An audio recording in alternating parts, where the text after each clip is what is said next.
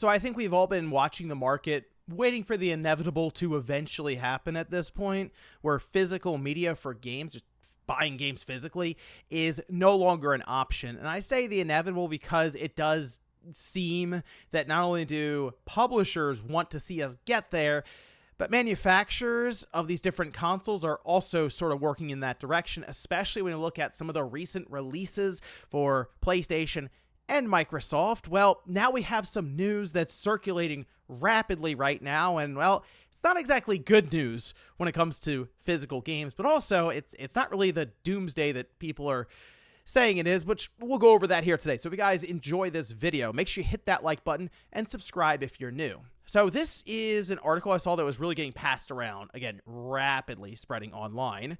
And this says Sony announces end of Blu Ray disc and other physical media storage formats, which does sound really bad. I saw it. I said, whoa, what did I miss here? Something serious, apparently, because as we know, it's when you buy a game, Xbox or PlayStation, it's on a Blu Ray disc. Now, there are varying degrees of that disc in terms of how much storage it can hold. So 25 gigabytes, 50, 100, 120. It depends on just like if it's dual layer or the newer XL format that they have. So there has been development on the Blu-ray format itself to accommodate larger file sizes.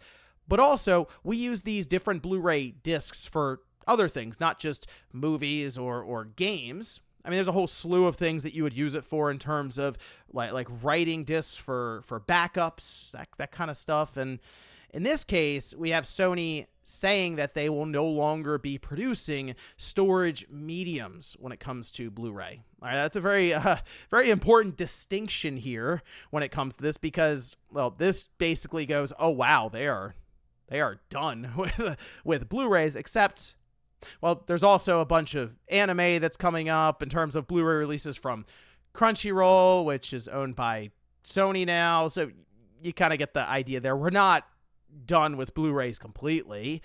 But in fact, what I decided to do was then go and look at, because it's not, again, very clear, I decided to go look at the actual statement from Sony. And we've already kind of talked about this because this was mentioned last year that this was going to happen. They were going to be phasing out elements of Blu-ray. And they say, notice regarding the end of production of Blu-ray disc media, mini discs for recording, MD data for recording, and mini DV cassettes. They say will end production of all models of Blu-ray disc media, mini disc for recording, MD data for recording, and mini DV cassettes as of February 2025. There will be no successor models. We would like to express our sincere gratitude to our many customers for their patronage to date. Discontinued model, Blu-ray disc media, recording media discs, recording MD data, mini DV cassettes, all models, which is scheduled to say for 2025 February. What this basically means is if you want to go out and buy rewritable Blu-ray discs, that's not really something they're going to be producing here, as they say, end of production, February 2025. I've never really burned a Blu-ray before. I'm trying to think. I'm like, what? DVDs, yes. DVDs, CDs, that was a very consistent thing. But I don't know what it was about Blu-ray that just never really caught on. The only thing I think of is around the time of Blu-ray, we started to see just solid state storage really take off. Not even just, the SSD you put inside your computer, like little 2.5-inch SSDs, but like we had USB sticks just start to really blow up in terms of storage size. SD cards, especially recently, where you're walking around with 1.5 terabytes on a micro SD card, which is crazy to think about that. But when you start getting those sorts of numbers on something that is much more plug and play and really less expensive, if you consider the fact that you don't have to sit there and burn the Blu-ray, it has much more compatibility across the board. Because, I mean, look at your PC or laptop now. Can it play a Blu-ray? Can it read a Blu-ray? Because if not, well, there you go. If I burn something as a backup, you're not going to be using it then. But what I will say about this when it comes to physical media in terms of games, I mean, yeah, the clock's ticking. I think most of us understand this at this point because, as you see, a lot of this does hinge on Sony's production of this stuff when it comes to the disc itself. But on top of that, it does come down to the companies that are producing the disk drive that's being used in a PC or in a game system, especially when you are working to source, I mean, in the lifetime of a PlayStation 5, if you look at physical digital, let's say it's still split up 70-30 or something, maybe 70 million Blu Ray drives that can read actually up to 100 gigabyte Blu-rays. I mean, it's not like the basic 25 gigabyte Blu-ray disc. They're reading some of the more complex ones.